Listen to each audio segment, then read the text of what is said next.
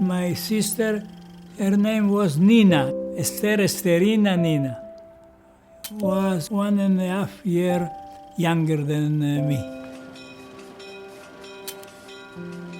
My gifted brother, Peter. The last time I saw him was on the train. He came to the window and I gave him a piece of bread for the journey.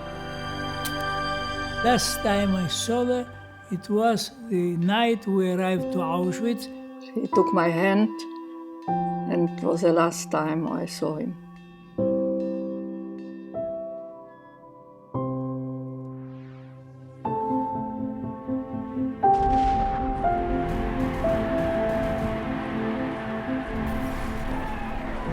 Just 75 years ago, the Nazis perpetrated one of the most heinous atrocities of modern times. 6 million Jews were systematically targeted and murdered by the Nazis and their collaborators during the Holocaust, the Shoah. Among them were 1.5 million innocent children. In the darkest of times, these innocent children desperately needed to be kept out of harm's way, but the world stood by silently and did little to help them. She was my friend, she was my enemy, like children.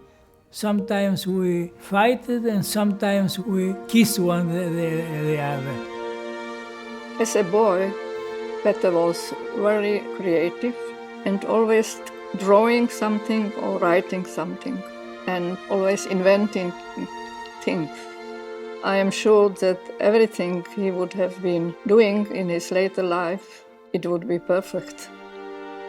Their voices cry out to us today.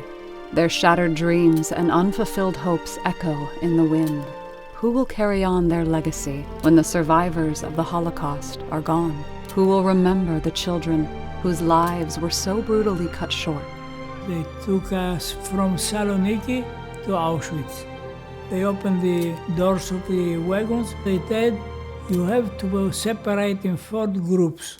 My uncle and I were in the second group, men who can work. And for my sister, it was a discussion. She was 16.5 years. And to the end, we said, why to separate?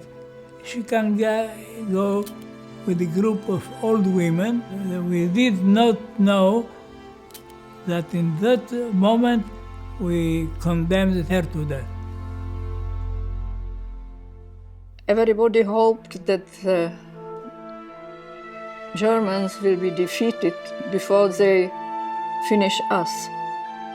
Unfortunately, it was 6 million Jews, from them 1.5 million children. It didn't happen. In the Bible, we are commanded to tell the next generations about the past. As such, we have a moral imperative to tell the stories of the children who were murdered during the Shoah. We will never know the full impact of their loss. Who knows what greatness Peter could have achieved had he only reached adulthood? How much beauty and love could Nina have gone on to spread in the world as a woman, as a mother? I wonder what would have been from him, and I miss our life together. She was innocent, and they took her to extermination.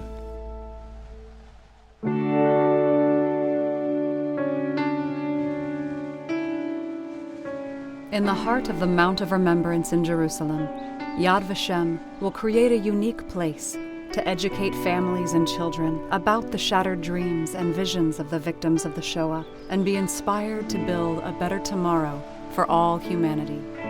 I hope that many other young people will take him as an example to make the world a better place. Everyone, especially children, have to know what was this horrible event. The hope is that there will not be another event like this, never.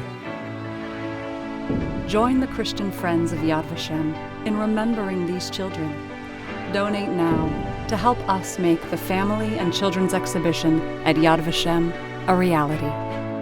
Together, we can keep the voices of a lost generation alive for eternity.